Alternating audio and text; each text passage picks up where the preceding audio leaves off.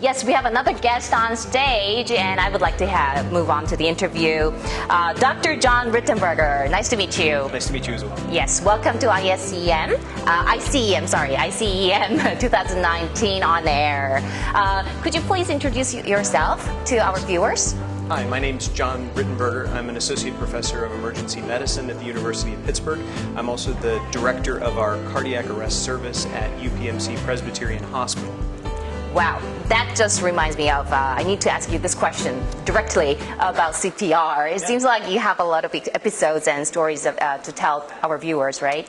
Yes, so we have a unique service line that takes care of patients resuscitated after they receive CPR. And that takes care of, on average, a patient a day. So that is probably the busiest service in the United States to render this level of care.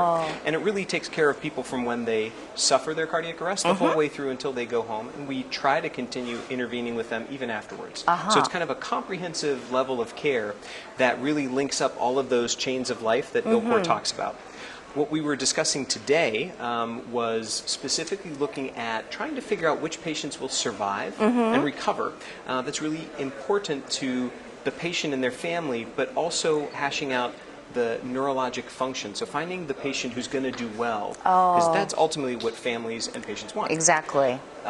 Traditionally, there has been monitoring of the brain, looking at the electrical activity called EEG.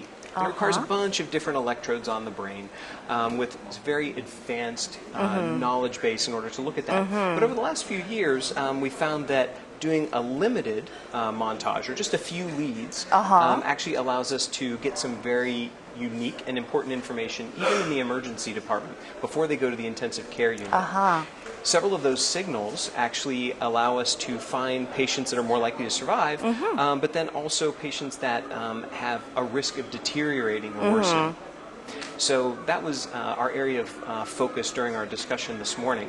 So taking something that has traditionally been considered an ICU level therapy, that a neurologist who does subspecialty training after neurology has been doing, trying to come up with a distilled package for the emergency physician who at 3 a.m. in the morning on Saturday is the neurologist in many facilities. So how can we take that information and make it accessible to emergency physicians in the field? Wow. Oh, you really sound like a doctor now.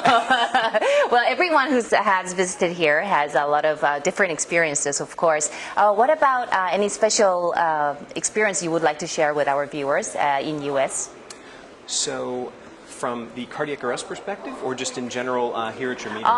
From the cardio perspective, yes. So it's always interesting to see how patients can recover.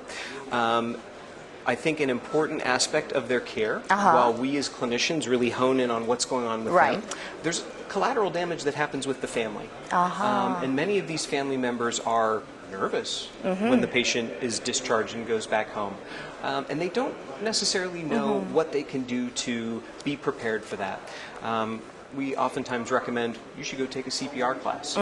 We have support groups for survivors as well as their families. And so while we don't always think of it as under the purview of an emergency physician, I'm working in the ED, I'm going to take care of the trauma, the STEMI, all those sorts of things, really that ripple effect that hits their families really can change their trajectory on the 3-month to 6-month sort of time range. That is something that we can intervene upon for many of these patients and their families. I see. So, which is very important, I think. And the last question will be, of course, you're joining ICEM. Is this your first visit to Korea?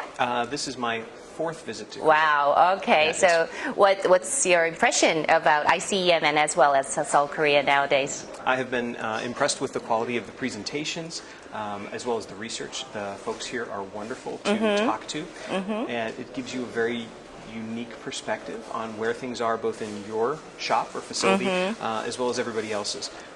The hospitality of the Koreans is amazing. Oh, thank you for your comments. I have a small gift for you, and a little different from other people, but you can open it. Oh, thank you. 감사합니다. Thank you. These are lovely. Yes, those are very traditional Korean design. So the colors you see in there, it's like yellow, blue, white, black, and red, right? Those actually symbol our organs. Really? Yeah. So the red is, of course, the heart, and I think the white was lung, and the yellow part was the intestine, and blue was liver, and I think I missed out the black. I'm not sure which organ would that be. Kidney, maybe? I think it's a kidney. So long as it's not a black heart, that's good. Of course. All right. Thank you for your so time. much. I really appreciate it. Thank you. Appreciate it. Have a nice day. Thanks, you too.